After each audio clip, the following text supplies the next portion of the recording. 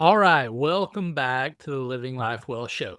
I hope that you've enjoyed the previous two episodes, and I'm really excited about today's episode. Today, we're talking about what do I eat for gut health, or what foods are best for gut health. Well, that's a really interesting question because it's not only the food that we're eating that's important, it's how and when you eat them. And so let's just go ahead and dive right in. So the foods that really help support a healthy microbiome, so those beneficial bacteria in the gut, really are going to increase microbial diversity, meaning we're going to have more species of the different types of bacteria within that specific family.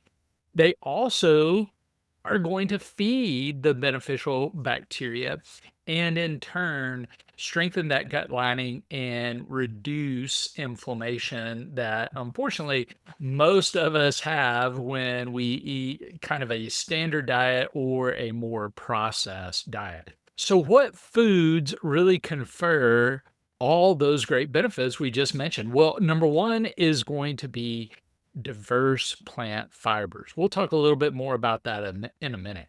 And then fermented foods. You've heard me mention this quite often in the past that fermented foods are going to be a staple because of the bacteria that is already present in them. And so learning to read labels and looking at those fermented foods for those live cultures are going to be very important. And then, of course, polyphenol-rich foods, which again kind of goes back to number one, the diverse plant fibers, because that is where you're going to get the vast majority of all the polyphenols is in plant fibers. And then finally, minimally processed whole foods. So, really, in discussing this, what we're talking about are the grains, we're talking about the animal proteins, those things that we consume that aren't necessarily plant based. So, really, what we're talking about is the diverse plant foods. So, one of the strongest predictors of microbiome diversity is based on actually the number of different types of plants that we eat weekly. And so, a historic researched rule of thumb is that if you can get a weekly plant diversity goal of at least 30 different types of plants per week, that's great. So, this would include your vegetables, your fruits, herbs, spices, even nuts. Nuts count. So, it's not quite as difficult as it initially sounds, right? When you're able to include fruits, vegetables, the herbs, the spices that we use, seeds, legumes, even the whole grains count towards this number. And so, when you think of it in that term, it really kind of reduces that load, right? Because throughout the day, we are probably going to eat at least 4 to 5 of these different foods throughout our given day. And so it's not quite as daunting as it sounds when the first thing people tend to think of when you talk about plants is just green vegetables, right? And so when you think of that plant diversity and being able to get in those polyphenols, it's not quite as difficult as it initially sounds, right? So let's look at another area that can really help to support that gut biome. So we just discussed the diverse plant foods that really help to support the gut biome.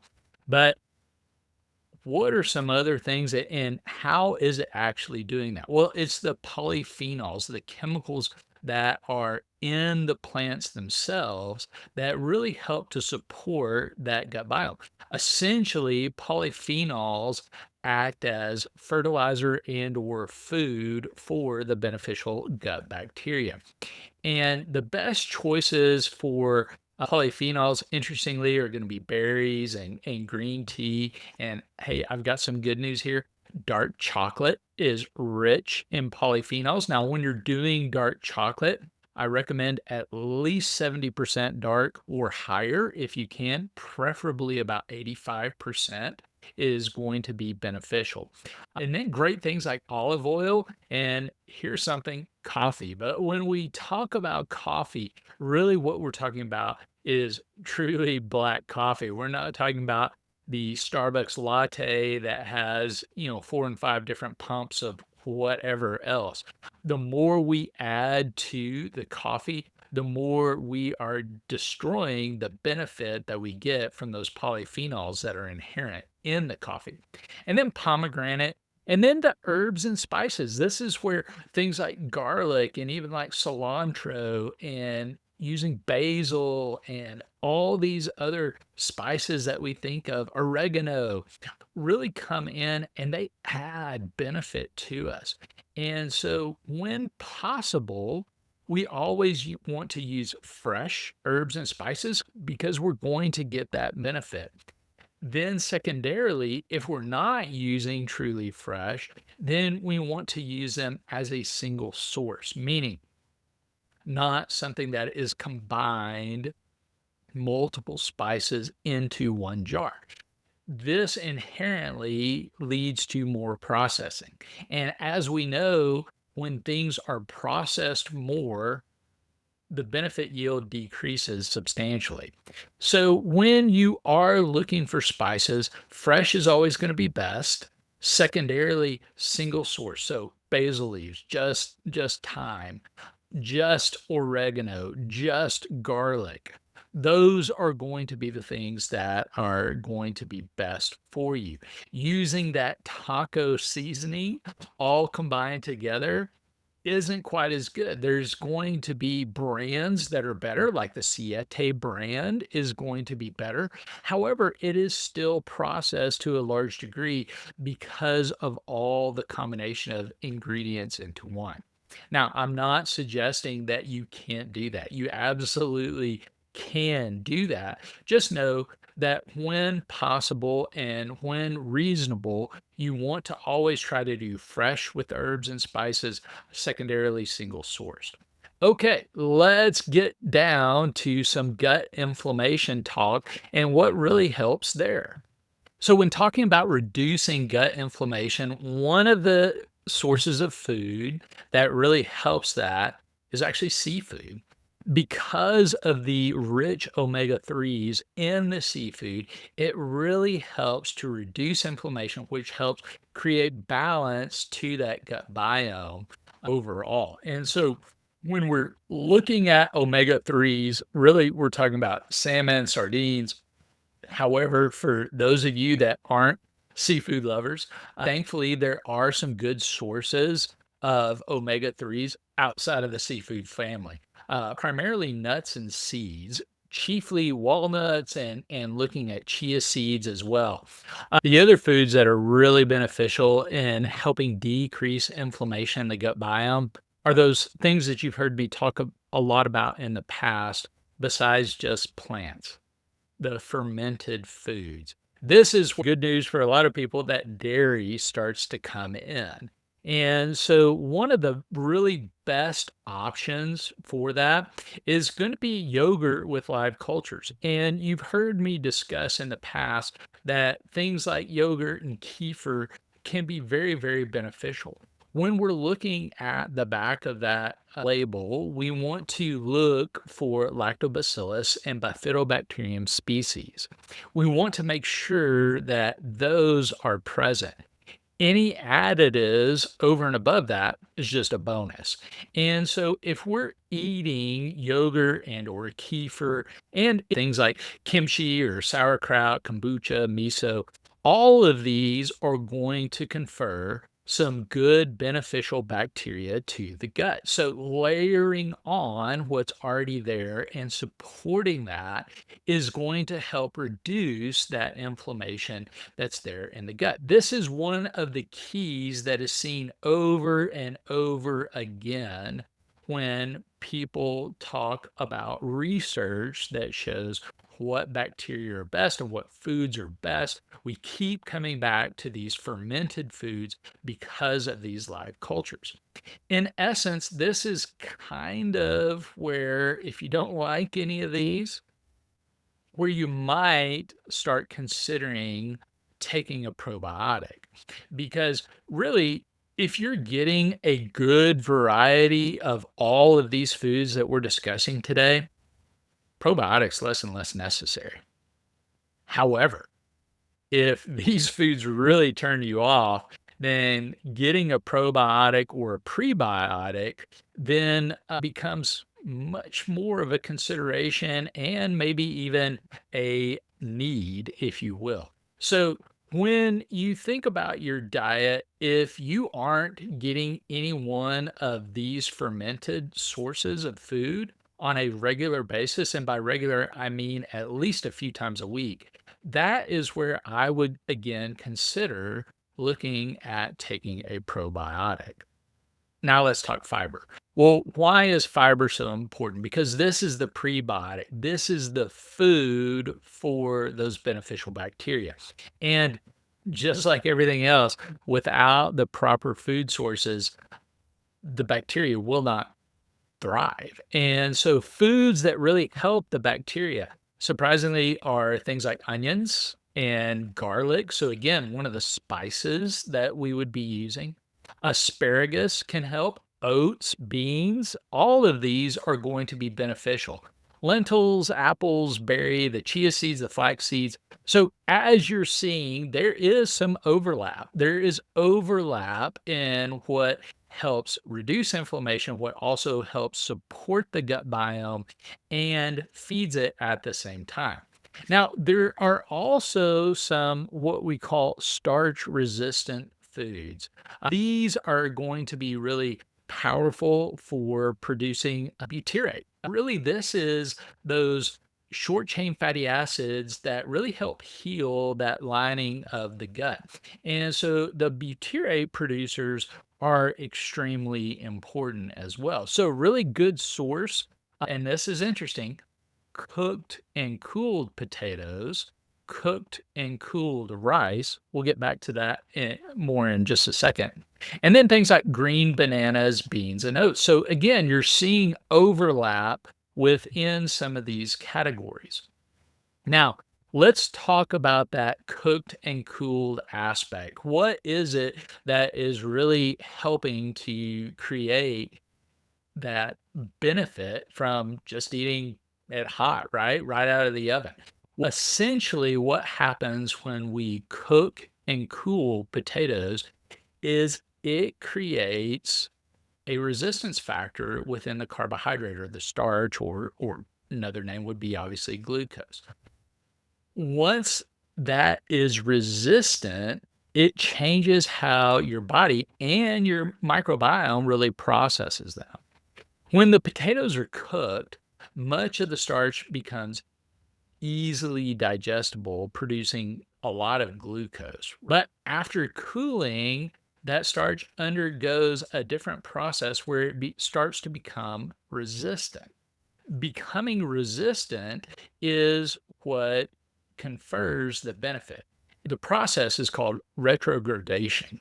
The starch reorganizes and becomes stiffer and or more resistant to digestion in the small intestine.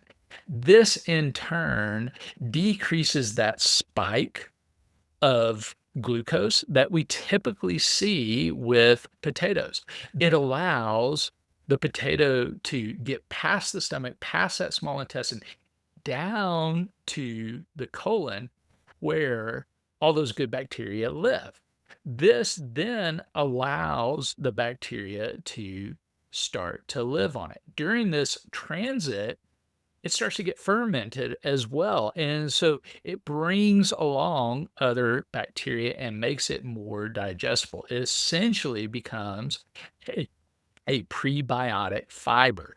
And so this gets fermented into those short chain fatty acids, and butyrate production increases, which again really helps with healing the gut. It helps with reducing inflammations. strengthening that mucosal barrier and improves insulin sensitivity. Now, with all of these things, there is a bit of a learning curve to what really works well with you, what works best, and what's easiest. And just getting the right foods isn't all you need to do. There's a lot more to it than that. So, how you eat also is very important because we are naturally created. God created us naturally with the ability to digest even before we take the first bite.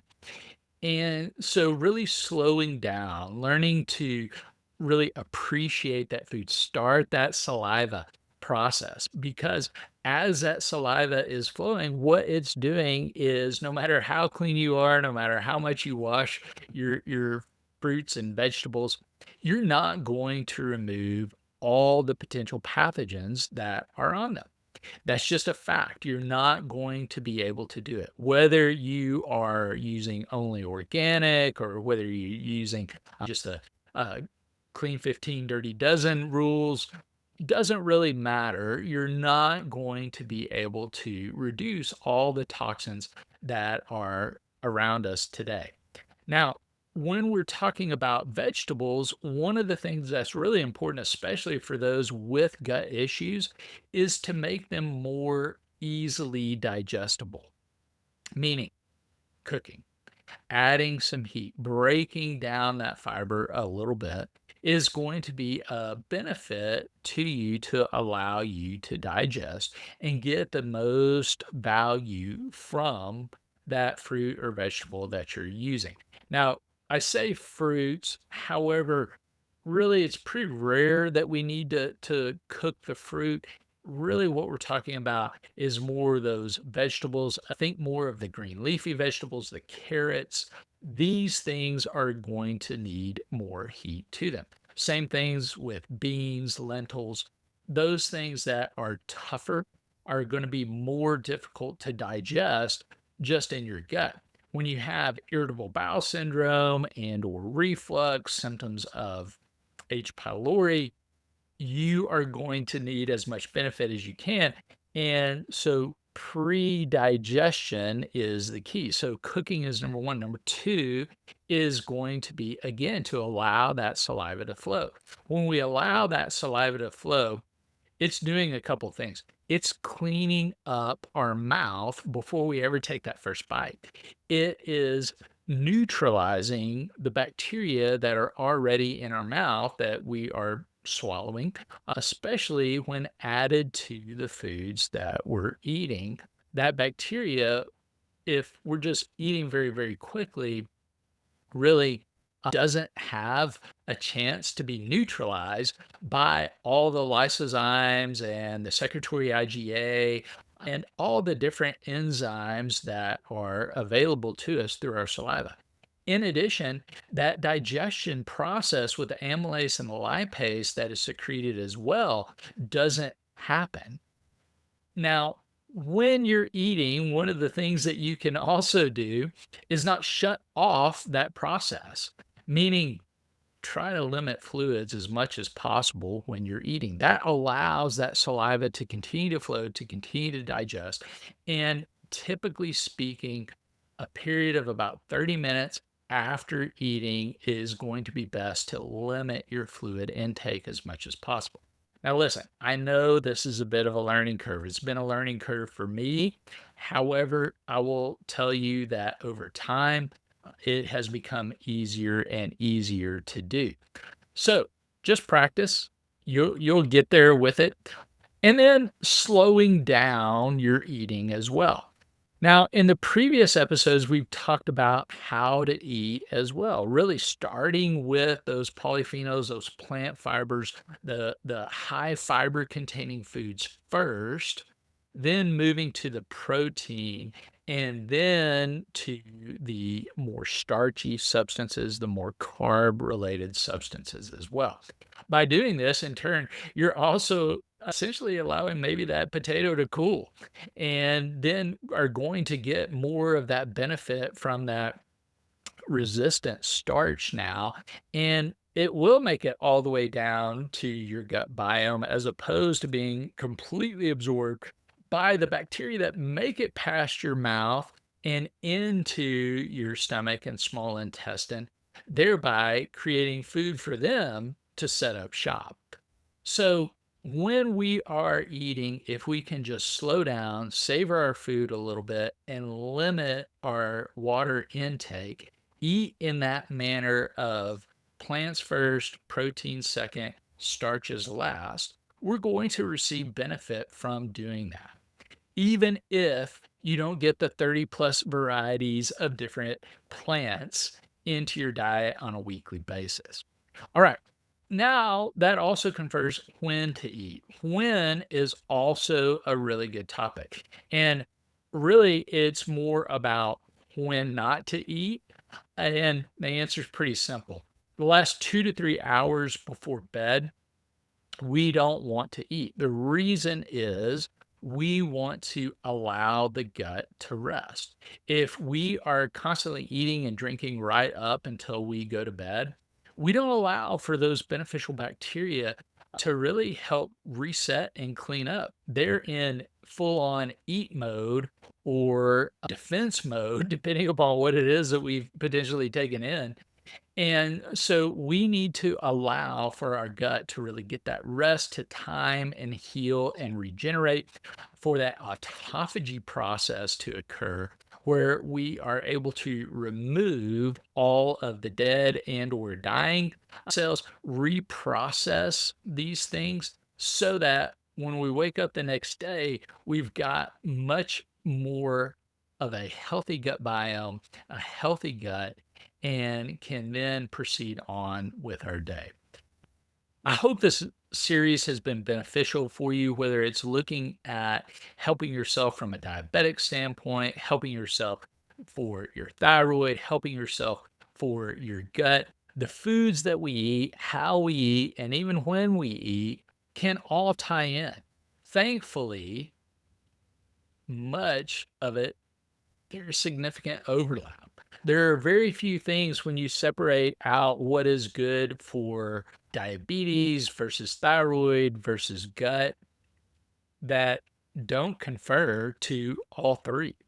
And so this should give you a little bit of good news, a little bit of hope in that whether you have one or all three of these, you can potentially overcome that and really help yourself by making some small changes.